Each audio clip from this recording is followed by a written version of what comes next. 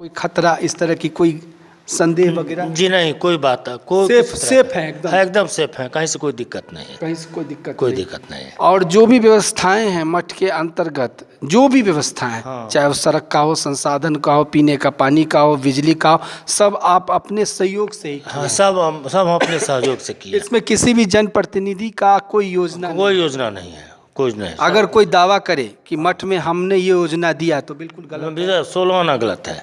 ये गलत है। हाँ, 1 पैसे का चढ़ावा नहीं, 1 पैसे का अनुदान नहीं, कुछ नहीं।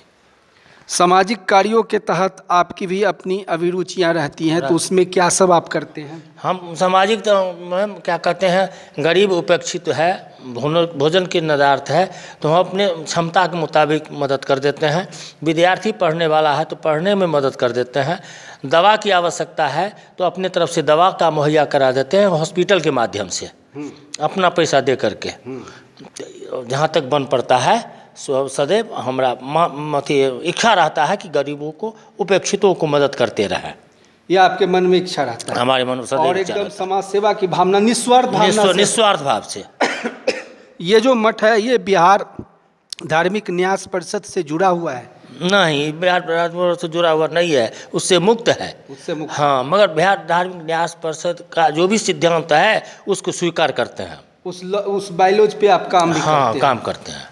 और कोई बड़ा आयोजन करना हो, जैसे अगर कोई कथा कराना हो या कोई कहीं बाहर के आगंतुक साधु महात्मा अगर आ जाते हैं तो उनकी भी व्यवस्था करने के लिए आप तत्पर हैं? हाँ, वो सक्षम हैं और तत्पर रहते हैं। जहाँ तक बन पड़ता है हम करते हैं। जहाँ तक बन पड़ता है? हाँ, तो करते हैं हम अपने क्षमता के मुताबिक। जहाँ तक बन पड़ता है हम करते हैं। चलिए, आखिरी सवाल ये करेंगे कि अभी जो स्थितियां हैं भारत में या बिहार में, उसमें बहुत चीज़ में परिवर्तन हुआ है, बहुत सारे बिंदुओं पे काफ़ी ज़्यादा परिवर्तन हुआ, उसको आपने महसूस किया होगा। तो उस परिवर्तन में विकास के साथ परिवर्तन हुआ है, तो ये एक समय की एक मांग थी जिसको परिवर्तन के तौर पे देखा गया।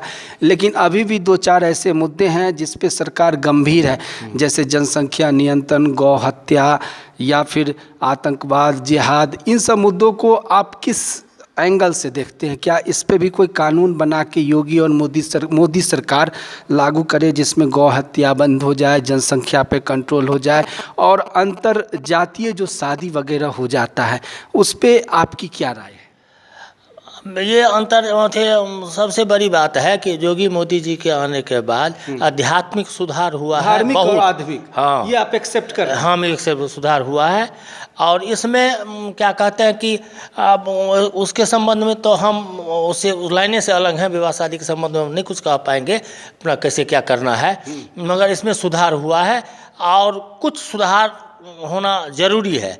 जरूरी क्या है कि बहुत सारा स्थान जो है सो अपेक्षित है, भगवान का सेवा, भोग, राग ये सब नहीं हो रहा है। हम आग्रह करेंगे इसके जो उच्चस्तरीय जो भी व्यवस्थापक हैं, हम उनसे आग्रह करेंगे कि उस स्थान पर में ध्यान दें, कहाँ से त्रुटि है उसको सुधार करने का प्रयास करें। चलिए, एक सवाल इससे और जुड़ के हो गया, जबकि ये इशू बना है दिल्ली में और पूरे भारत में लागू करने की ये बात चल रही है कि मौलवी हो उनको मानदेय भत्ता दिया जाता है और जो पठ के या मंदिर के पुजारी हैं उनको भी मानदेय भत्ता या देने पे विचार गवर्नमेंट कर रही है, सोच रही है, अभी सोच रही है, लागू नहीं है। तो अगर जो मंदिर है, अच्छे मंदिर हैं, वहाँ जो पुजारी हैं जो पूजा याचना करते हैं, उनको शासन के माध्यम से अगर उचित मानदेय मिल जाए तो ये बेहतर कदम होगा?